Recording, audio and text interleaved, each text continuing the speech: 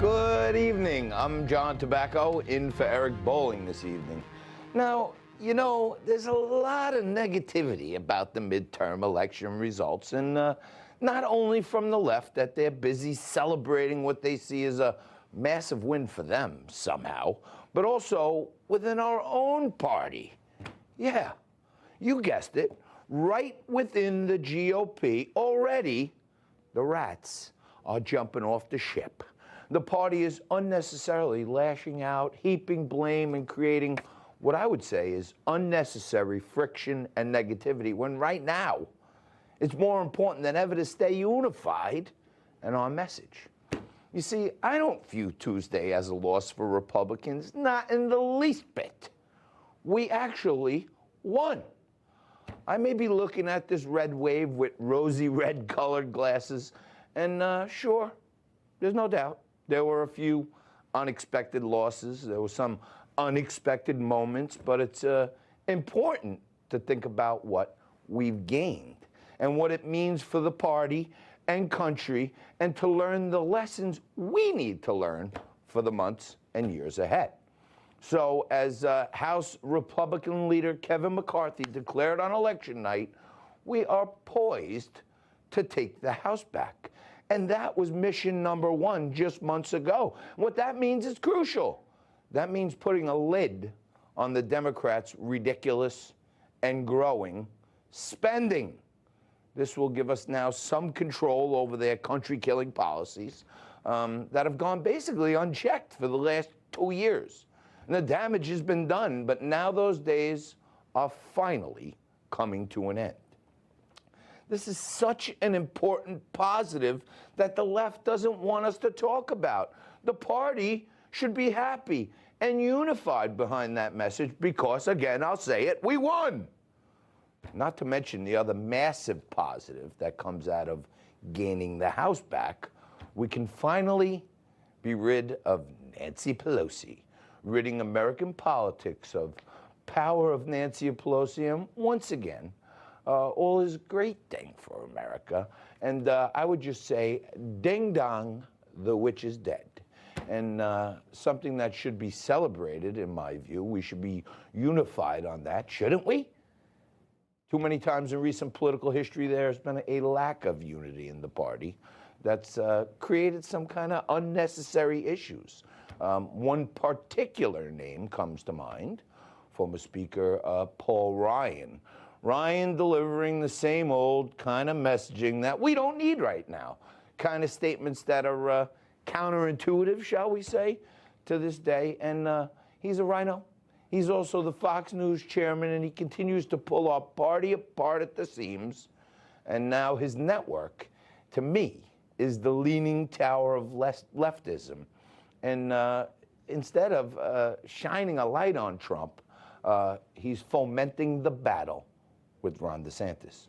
It is, however, true that we have to wait 2 more years to replace the leadership at the top. But as I see it, it cannot come fast enough as we see Joe Biden continue to embarrass America on the world stage. There's no sugarcoating it, folks. This continued roller coaster disaster of a presidency has absolutely no positivity about what Joe Biden is doing to this country. Zero. Zippo. Niente, as the Italians would say. And one thing's for sure, we're certainly unified behind the fact that this presidency is bad for America. Look no further than the story out today that Biden's top border chief, Chris Magnus, he's been doing such an awful job for now nearly a year that it's basically almost a crime that it's taken this long to deal with him. But now Joe Biden has actually told Magnus to either resign or he will be fired. Now, get this. He refuses to resign. And there's nothing more telling about the so-called leadership at the top of this country. Not only does Joe Biden allow someone to remain in a highly important post for far too long, but when Joe tells him to leave his post or else, the guy actually refuses. And why? Like most of the world, no one respects Joe Biden. And by the way, why would they? This guy, the President of the United States, leader of the free world, he stood there on a global stage and apologized to countries like Germany, France, and Canada for America having removed itself from the ridiculously awful Paris Climate Agreement. We immediately rejoined the Paris Agreement. We convened major climate summits and reestablished. I apologize we ever pulled out of the agreement. We established major economies forum to spur countries around the world to raise their climate ambitions. Thankfully, Donald Trump rightfully removed us from becoming slaves to their green pipe dreams, and now Joe Biden stands there and once again makes America look weak, and he apologizes for it. On the flip side, you have the kind of leadership that sets our party apart, and you saw that massive wins for it, too. The red wave involved big wins from Ron DeSantis, Greg Abbott, Brian Kemp. And there's a lesson here. Be a leader. Protect honest, law-abiding citizens. Remove the woke. And make the president pay for his policies. Inflation, tough economy, high crime, open borders. Those are still issues, crises that are facing Americans. And yet somehow America voted for people like John Fetterman and Kathy Hochul.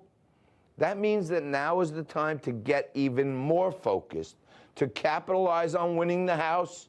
And let's face it, we had a goal to take back the House, to stop the unmitigated spending, and to shut off the magic printing press in the sky, which is causing all this inflation. We have to look at it like we hit that goal with winning the House, and we got to celebrate it. Again, I'll say it, we're winning, and in some of the most unlikely of places, like Miami, where there was record turnout for Republicans, and like right here in New York. And we need to use these big wins to the Republican advantage. Give voters optimism. Get them fired up about good, strong America First policies, and we're well on our way to that red wave becoming a reality soon enough.